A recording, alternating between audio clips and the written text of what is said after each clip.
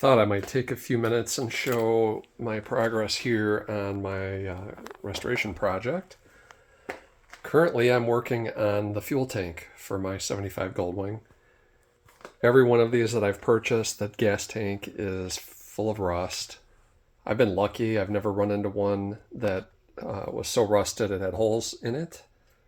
And so far, I've been able to clean them all up pretty well at home using Vaporust. Rust-Oleum makes the same product. They make a gel version. These products work real well for dissolving rust and getting us back to nice clean steel. And so what I did with this tank is I actually started out using vinegar. You can get vinegar pretty cheap. This stuff is fairly pricey. This gallon of Vaporust that I bought today is about $30 for 1 gallon. So I gave it like 2 days soaking with just vinegar, white vinegar from the grocery store. That helped loosen a lot of the crud that was in there. And it really was impressive when I dumped it down the utility sink to see all the crap that came out. It really did a nice job. Now I'm soaking with Vaporust, and the nice thing is Vaporust seems to leave sort of a layer on the steel that doesn't want to rust right away the way that vinegar does. After the vinegar, I did mix a baking soda water mixture and slosh it around, and that did prevent flash rusting. I've had that happen before, where as soon as you drain the vinegar, everything turns to rust when it dries. So the baking soda water combo seems to help stop that. It neutralizes the acid in the vinegar.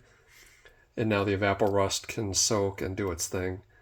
I would love to put 5 gallons of Vaporust in here, but I'm not spending that kind of money.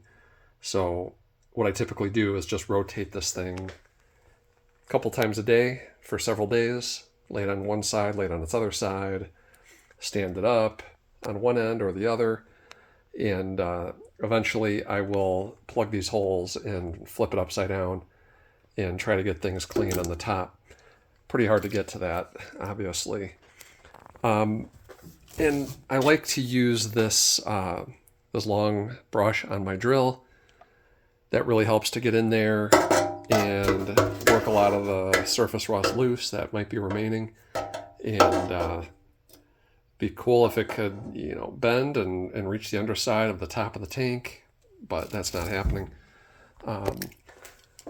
Let's see. I don't know if we'll be able to see anything in here, but yeah, you probably can. This surface was completely covered in rust, and this is doing a pretty good job.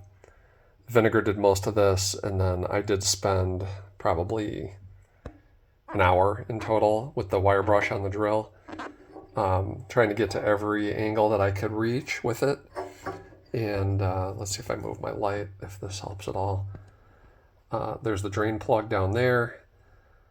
You can see the back side of the nut that's welded in. The plug is in, obviously. I did destroy the mesh that goes over this fuel pickup here. Just kind of happened. What can I say? The other one that's under the fuel fill is still intact, but this one's trashed. I always run a good fuel filter, and I change it very often, especially at the very beginning of getting one of these running. So I'll be sure to do that. But yeah, I'm happy with this process. I think it comes out pretty good. My other Goldwings that I've restored, this is the way I did it. I try to keep the tanks full all the time, full of fuel. And one of the carb builders that I've used, he recommended Marvel Mystery Oil in the fuel. And when I think of it, I throw a little in there. But I often forget to do that. The outside of this tank is going to need to be painted, unfortunately. I'm not going to put this in with some of the ugliness that it has, so I will be sanding this thing and painting it. Don't know what product I'm going to use yet. Do a little research on that. Hopefully I can make it look nice. These are some of the other parts for the fuel tank. This is the float for the fuel gauge. Kind of works like the float in your toilet. This was totally solid with rust, and the Evapor-Rust did an awesome job getting it all off. And there is, you do have the ability to open this cover, just bending these little tabs out of the way.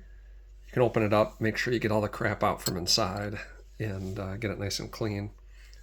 And you can test the resistance on these terminals to make sure it's working.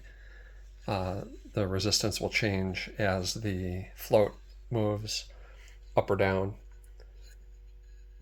I have not found one yet that didn't work after a good cleaning. And this is just the lock ring to mount this on the tank. Mounting bolt. Got those fairly clean. I could do a little more work on this probably. And the fuel cap was pretty gross. The rubber gasket was torn. So I bought a new Honda rubber gasket to go on here. So this should work well for me. And then there's a couple rubber bits that this is where the tank mounts to the frame. And this goes around the fuel filler like so once it's installed on the bike. Kind of cleans up the look of the fuel filler. And last item for today is my final drive. It was pretty scratched up. The paint was real dingy, and I couldn't live with it. I didn't want to paint it, but it looked too crummy. So I stripped this paint off, scrubbed it real well, took the extra parts off. Obviously, I didn't paint those. New drain plug. I just wet sanded and polished the fill plug, and that cleaned up nice. Wet sanded and polished this piece where the shock absorber mounts, and the rest of it is duplicolor silver engine paint and primer first, then paint. And it's sitting on a radiator right now to hopefully cure the paint well enough that this will be durable. This doesn't take a lot of abuse, so as long as I'm careful with it, I think it should last me a while. Someone did recommend a epoxy clear coat over this. I'm going to think about that. I'm not sure. I think it looks great. I'm just worried whether or not this paint is going to hold up. But let's hope it will. And these nuts as well were fairly rusty, and Evapor-Rust to the rescue. Cleaned them up. They look pretty good. So that's where I'm at. Hoping to get the frame back soon, and I'll update you once I have it.